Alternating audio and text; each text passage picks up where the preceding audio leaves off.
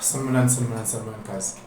So, Tol A Mo and his soon-to-be ex-wife, Umome, they they've been trending for a while on Twitter, and the reason why I shake my head is it pains me that it's soon-to-be ex-wife. I wasn't planning on doing a video on this topic, but they've been trending for days, for days. We spoke a little bit about it with my brother on the pen and pen when we were shooting Izolo, and it's such a painful topic, you know. Fuck, I hate Twitter. I hate people on Twitter.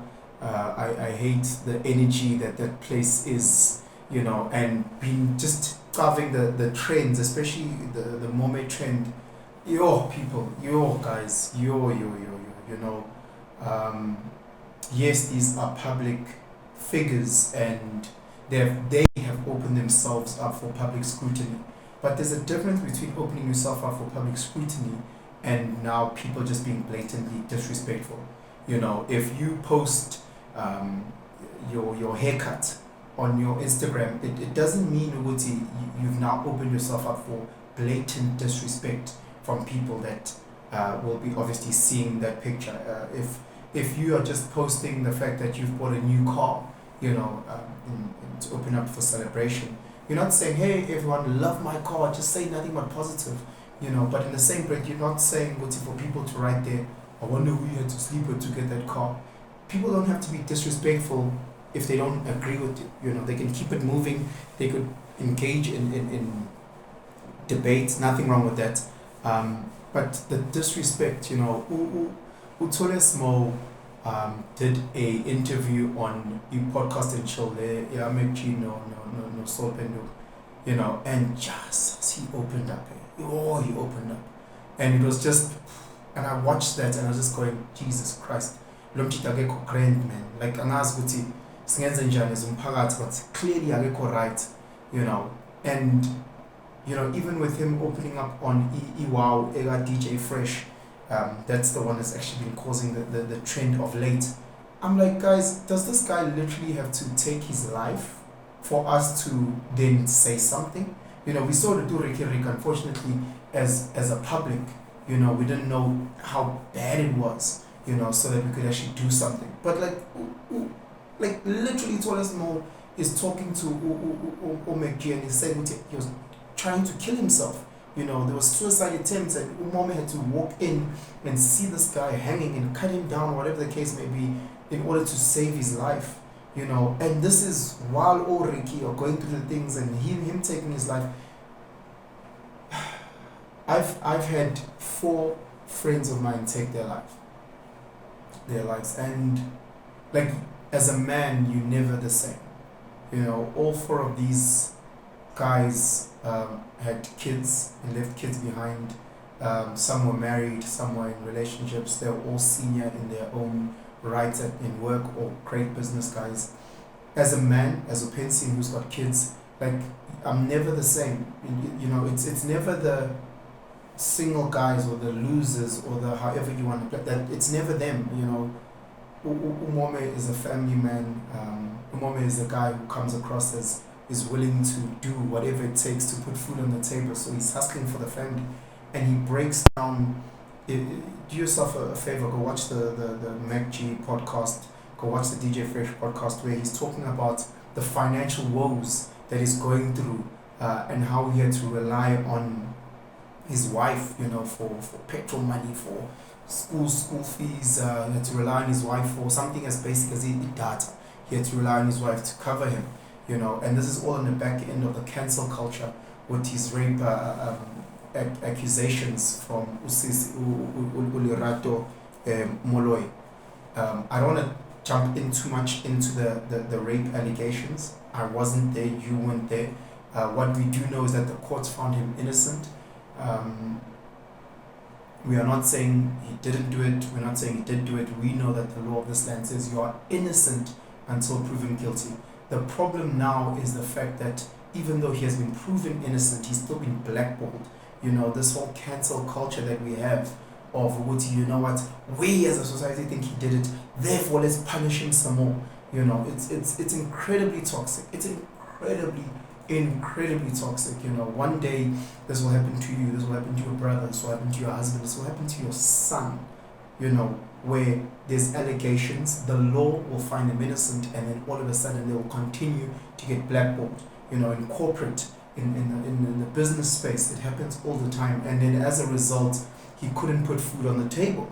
You know, he's a comedian, he needs to get booked for shows, and he couldn't get a gig, therefore he couldn't put food on the table, and as a result, the financial woes came like that. And as a man, as a father who wants to provide and protect, not being able to provide is killing. You know, I know I'm a dad. You know, it's such a huge part of who we identify as the provider in the household. You know, so there's that. And watching this guy, he's clearly traumatized from what has happened, you know, throughout this whole experience. Again, I'm not saying Usisi Ulerato is not. I'm just talking based on the videos and the podcast that I've seen on his side, you know. And he's clearly traumatized. You know, he says something where he's like, he's done with black women. He's done with black women, la la la.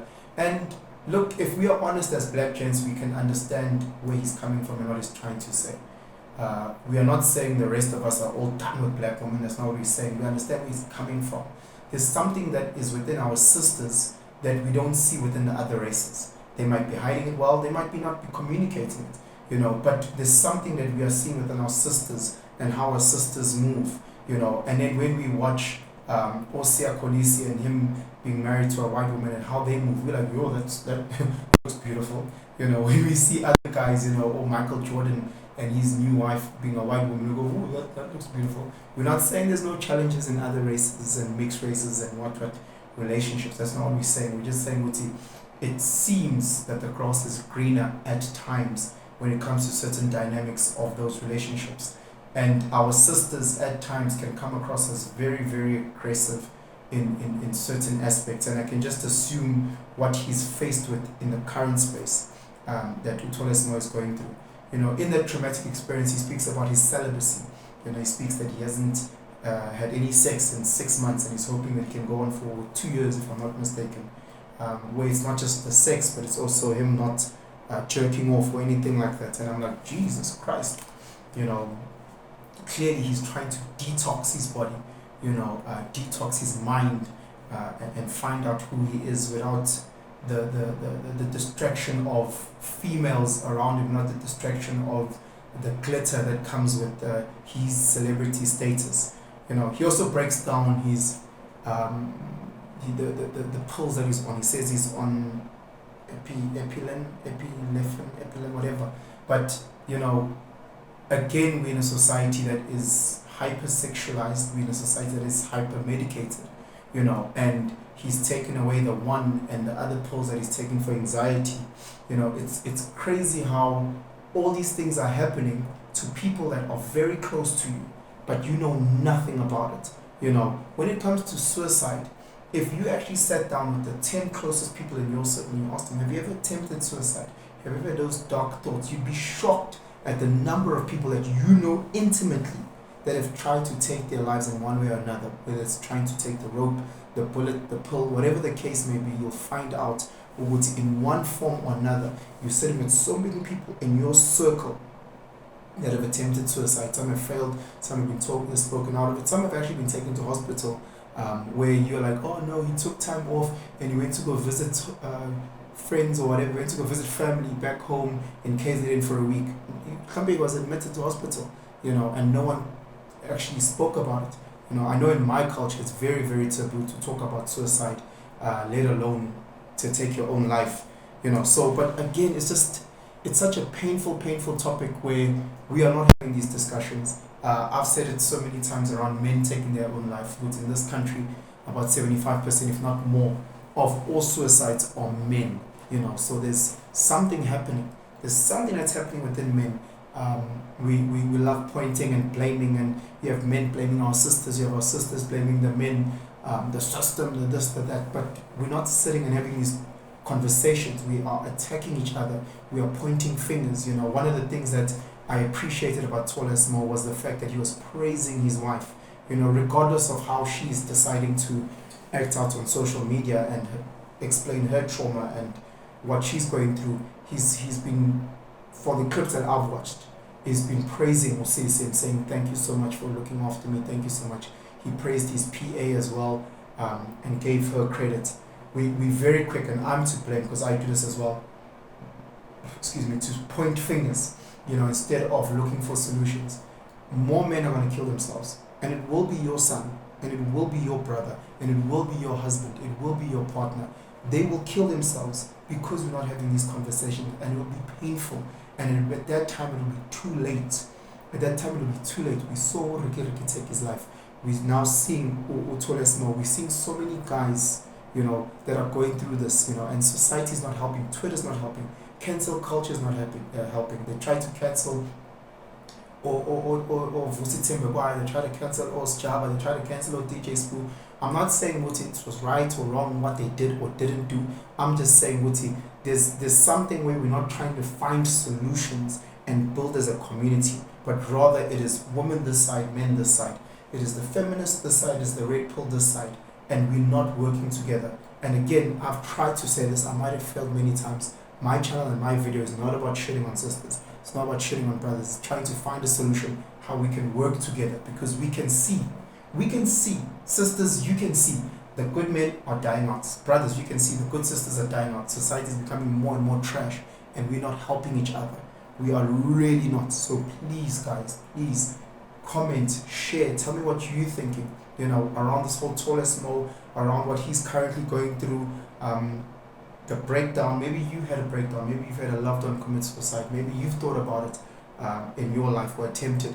Let's share this video, let's start building this community, because as we're going right now, anyway, Ngiyathanda, have yourselves a fantastic day.